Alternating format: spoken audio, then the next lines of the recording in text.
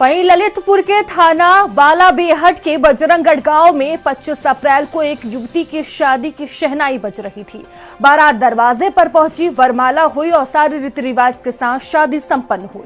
लेकिन सुबह होते ही शादी की पूरी खुशियां उस समय हंगामे में बदल गई जब एक युवक का शव ग्रामीणों ने युवती की शादी के मंडप लाकर रख दिया। दिखाते हैं रिपोर्ट।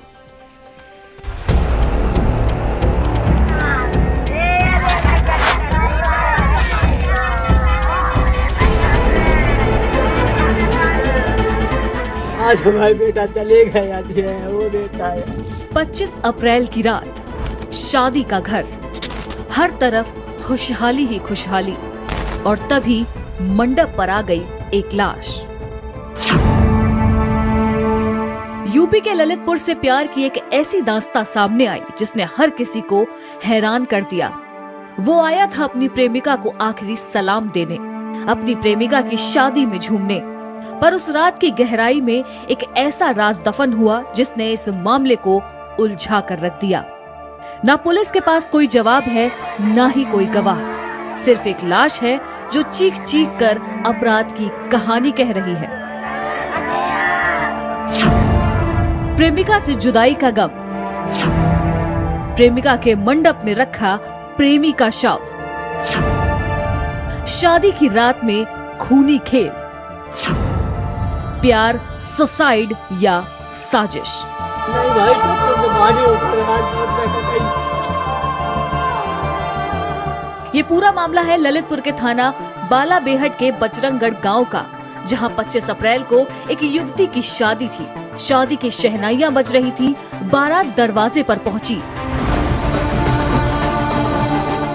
वरमाला हुई और सारे रीति रिवाज के साथ शादी संपन्न हुई।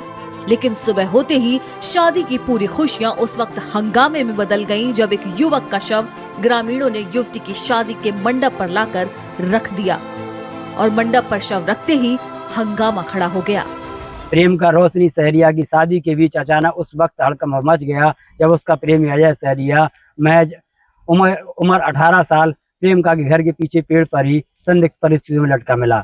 वही खून से लथपथ सब लटकने के बाद जब उनके परिजनों को सूचना दी गई तो परिजनों ने जो युवक अजय था उसका शव वहीं मंडप में रख दिया। दरअसल गांव के ही रहने वाले अजय आदिवासी का गांव की ही रोशनी आदिवासी से प्रेम प्रसंग चल रहा था। 25 अप्रैल को प्रेमिका रोशनी की शादी कहीं और होने वाली थी। बारात उसके घर पहुंच चुकी थी, जिसके बाद अजय इस बात को बर्दाश्त नहीं कर पाया। अपनी प्रेमिका को आखिरी सलाम देने के लिए प्रेमिका के घर पहुंचा, लेकिन थोड़ी ही देर बाद प्रेमिका के घर के पीछे एक पेड़ पर उसका लटकता हुआ शव बरामद हुआ। सुबह जब लोगों ने अजय का शव पेड़ से लटकता देखा तो हंगामा खड़ा हो गया। अजय के परिजनों ने लड़की के परिजनों पर हत्या का आरोप लगाते हुए शव को पेड़ से उतारकर शादी के मंडप में ले जाकर रख दिया।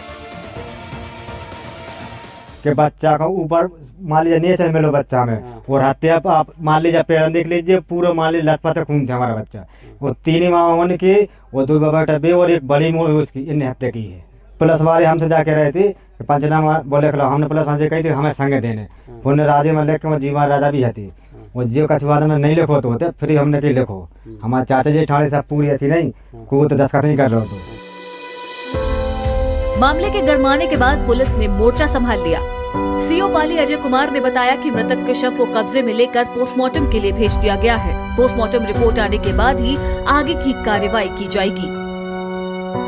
अजय सहरिया उम्र लगभग 18 वर्ष के द्वारा फांसी लगाकर आत्महत्या कर ली गई। उक्त सूचना पर थाना बालाबेहट पुलिस के द्वारा तत्काल मौके पर पहुंचकर घटनास्थल का निरीक्षण किया गया तथा शव को नियमानुसार कब्जे में लेकर पंचायत तांबा की कार्रवाई पूर्ण करते हुए शव को पोस्टमार्टम के लिए भेज दिया गया। बहरहाल अजय की मौत ने कई सवाल खड़े कर दिए हैं, और सवाल यही कि आखिर उस रात अजय के साथ क्या हुआ। अगर अजय शादी में शामिल होने गया था तो आत्महत्या क्यों की? अजय की लाश पर चोट के निशान आखिर कैसे आए? अगर आत्महत्या लड़की के घर के पीछे हुई तो किसी ने देखा कैसे नहीं? क्या अजय की मौत में प्रेमिका का भी हाथ है?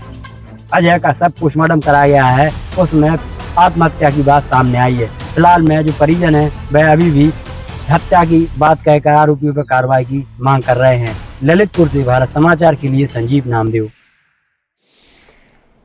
वहीं मेरठ से एक सनसनीखेज